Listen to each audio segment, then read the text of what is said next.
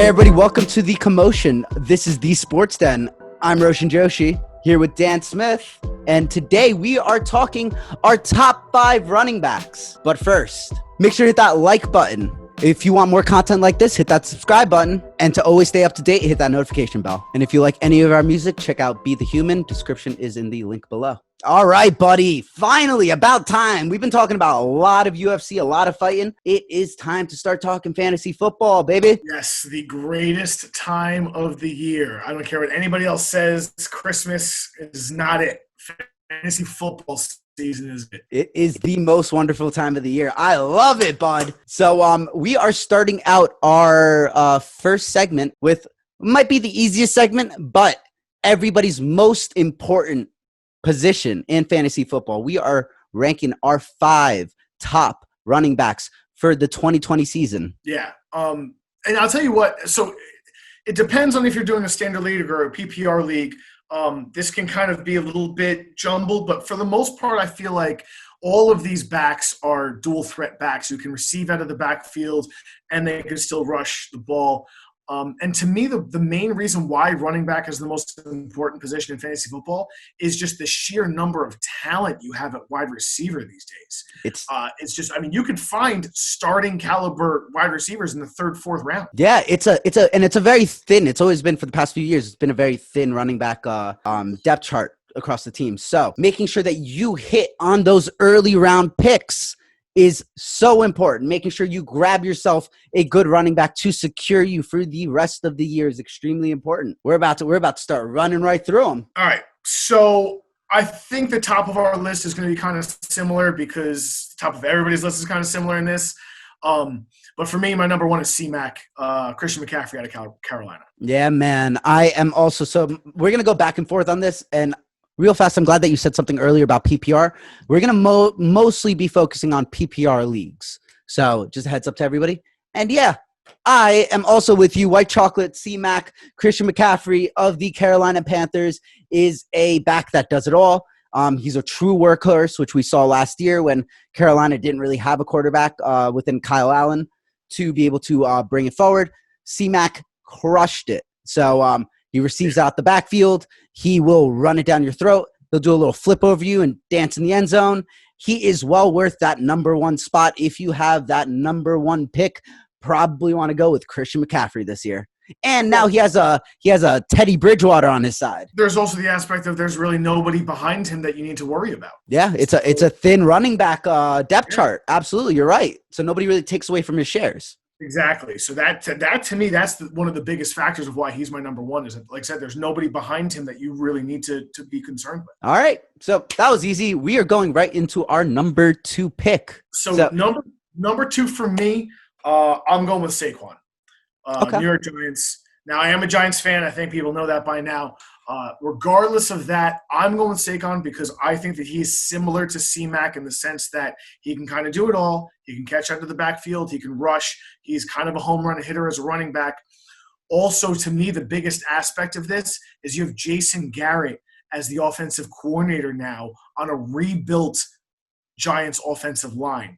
So Jason Garrett likes to run the ball. I mean, one of the top running backs in the league for the past couple of years has been Zeke Elliott out of Dallas, where Jason Garrett came from. So to me, that's the biggest factor of solidifying Saquon in that number 2 spot is the addition of Jason Garrett. No, I am with you on that. For my number 2, actually, I'll give away my number 3 right away, which is Saquon Barkley. Absolutely. The reason I did not put him at number 2 and I put for my number 2 is Ezekiel Elliott is just the difference in offensive line. It's mainly that's the main thing. Zeke will get those sneaky yards where you will be watching him the whole game and then be like, this guy ran 100 yards, but he gets it done, man. Yeah. So dominant line is a huge help for that too. Absolutely dominant. I mean, they're the ones that are pushing that hole open for him. If Saquon had a better line, his production. To me, like I said, the Jason Garrett thing is huge for Saquon. And also, I think he's a better receiver out of the backfield than Zeke Elliott. Not that Zeke Elliott's a bad receiver. I just don't think that they put him in that position very often. No, absolutely. And with their receiving depth, they don't really have to. And then that goes into my number 3 is Zeke Elliott.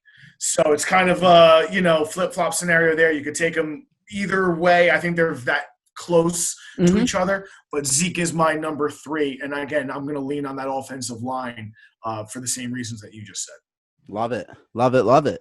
All right. So number 4. Who's popping number 4? So number 4 for me is Dalvin Cook out of the Minnesota Vikings. Hey, love it. So okay. I'm a big Dalvin Cook fan. I was very, very high on him last year when he you could argue at his breakout season. I think that he is going to be the main focal point of that offense this year. They do have Alexander Mattison back there, who's getting a lot of applause as a rookie. They're very, very high on him. I don't see Alexander Mattison as being good enough to really take away snaps from Dalvin Cook just yet. The only thing that would concern me is a little bit of an injury history with Dalvin Cook, but I think he's locked in at number 4 for me. Okay. The reason I actually don't have Dalvin Cook on my list, it's a weird reason, man. The weird reason that I do not have Dalvin Cook in my list is he just got paid. Listen, that's a thing, man. He just got paid, man. That is a thing. You see it all the time. You see it in almost every position. Once guys get paid, there's I always talk about this. Remember Albert Hainsworth? Yeah.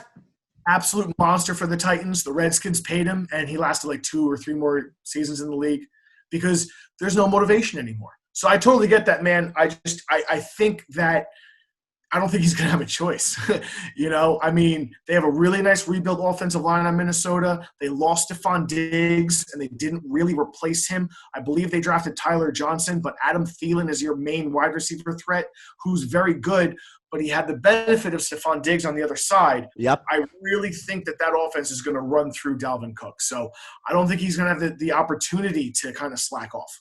No, and very valid. And I remember last year, Dalvin Cook was monstrous when it was coming into PPR leagues. Yes. So number 4 for me is Clyde Edwards, man, from KC. So he's going to be running that offense. He's going to be the front of it. I know that you have like certain, and I'll let you say it, why you don't really dig Kansas City running backs, but he's going to be pretty much the main guy out that backfield. He is I remember when Kareem Hunt was the main guy out the backfield, he ate when it came to fantasy points. So I'm expecting something similar from a first rounder. Kareem Hunt did. My argument with that is I will never take a running back in Andy Reid's offensive system. Andy Reid does not do bell cow backs. Even when Kareem Hunt had his explosion of a year 2 or 3 years ago, you still had Spencer Ware that was eating up touches. Yeah, the touch share. I forget the guy's name. It was like Chauncey or Char something. There was a third running back that was still getting touches. So Spencer Ware was eating touches from Kareem Hunt. Andy Reid just uses too many people in the backfield. It's kind of the same reason why I will never draft a running back for fantasy that's in Bill Belichick's offensive system.